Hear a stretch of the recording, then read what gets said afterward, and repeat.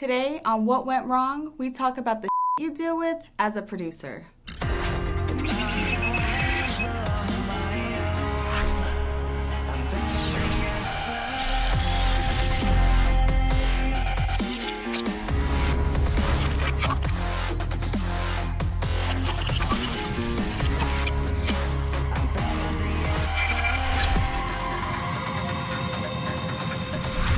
Hello and welcome to What Went Wrong, the show that discusses filmmaking with independent filmmakers who made all the mistakes so you don't have to. I'm Kelly Coughlin with the bitter filmmakers Brett Mauser and Bradley Bates. Brad, you were producer on most of the Ponderous films. Any advice on being a producer? Don't do it. Don't do it. I hate it. I hate it with a passion. You have so much responsibility that, and there's so much that's expected from you that you are going to drive yourself insane because when you're an independent film, you don't have all your little chippies that you can tell to go do things. It's just you. So if you're the producer, you're the one getting locations. You're the one doing casting calls. You're the one getting special effects, choreographers, someone with a car to blow up, someone with bow and arrow or whatever.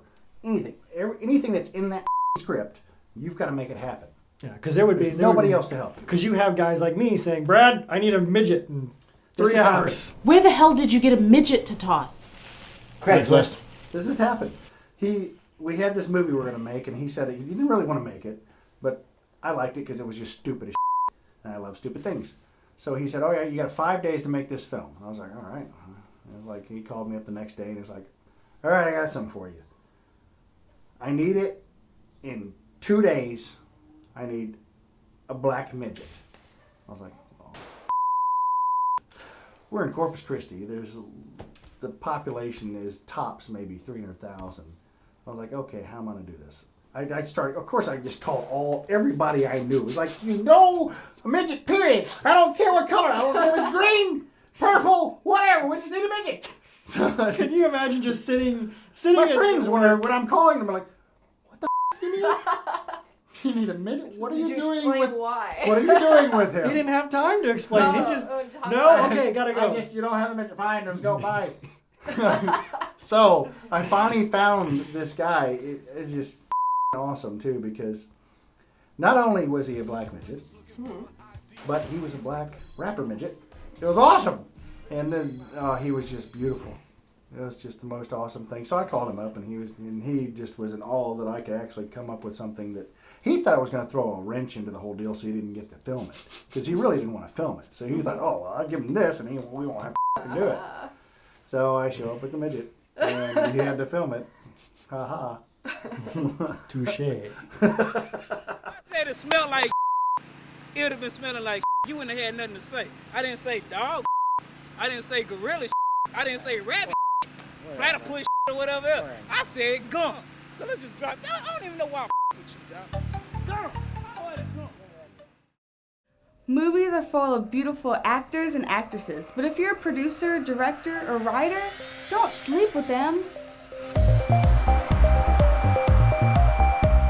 You're setting yourself up for a lot of drama. Actors sleeping with actresses cause enough drama as it is. Keep the melodrama off your sets and in your scripts. Don't sleep with your talent. I'm April Cook, and this has been your What Went Wrong Quick Tip.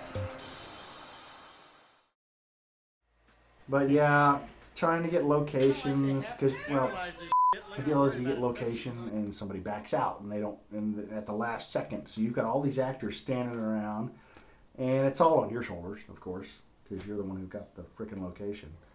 And or an actor doesn't show up, or a slew of actors don't show up, and you're like, where the is my actor? And of course, that's your fault again because you cast that person.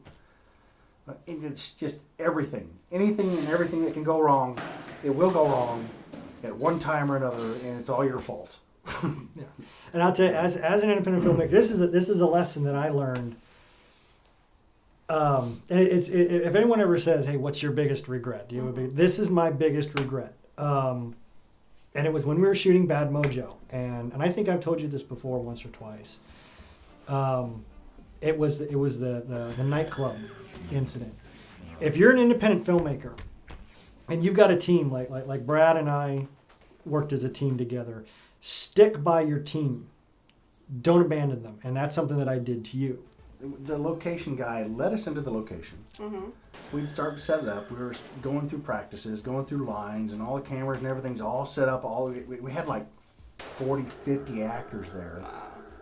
We had food brought in. I mean, everything's all ready to go. Then the owner says, "No, I don't want you here." So what the fuck? And I was, because he wanted money. He was like, "Now I want like, $500 or whatever it was, $800 For the air conditioning, yeah. for the air conditioning." So we're like, we don't want to pay him $500 or $800 or whatever it was. And I was off taking one of our little Diva actors to the mall. Diva actor red to the mall. shoes. And not only did I just take him to the mall, but I had to walk around like I was his bodyguard. And he was doing this just so he could look like he was someone important. So I get back and all hell's broken loose and I'm going, what the f*** is going on? They're all sitting out on the street because they got kicked out because we wouldn't pay this guy his blood money. He was trying to extort us basically because he knew that we had to either pay or he'd kick us out. Because I was livid. Yeah, and Scott came in, and then you weren't Scott there started yet. chewing my ass. Scott came in, and he started kind of taking over. No, pissed. And because I was there, I slipped into the apologetic mode. I wasn't defending anybody at that point. I was just trying to keep us from getting arrested or something like that. I didn't know what I was thinking.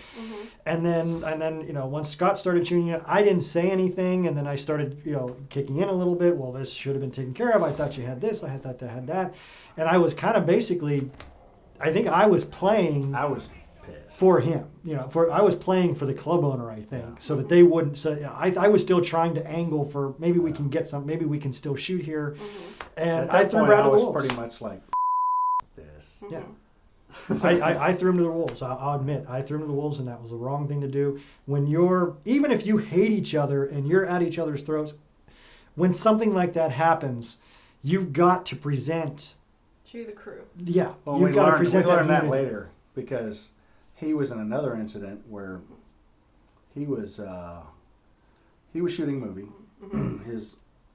His girlfriend at the time was producing and doing sound and camera and all that stuff. And the actor in the scene was the one she was screwing around with. And he knew about it, so he had to keep the professional facade going for the rest of the crew and actors and keep it going. So yeah, he learned his lesson. He learned how to suck it the up on that one. I would have killed him, but killed him and made a good I don't scene think of it. I could have done what he did. Yeah. But yeah, he sucked it up on that one. Finished the film and it looked great. So that was actually, I think, one of our best movies too. Yeah, that was the last Yeah. that was the last one, really, the last Ponderous film. For the obvious reasons. Drama. Oh my God, it's like Housewives. Thank you for joining us tonight with the Bitter Filmmakers. If you have any questions, please leave them in the comments below. And as always, don't forget to subscribe.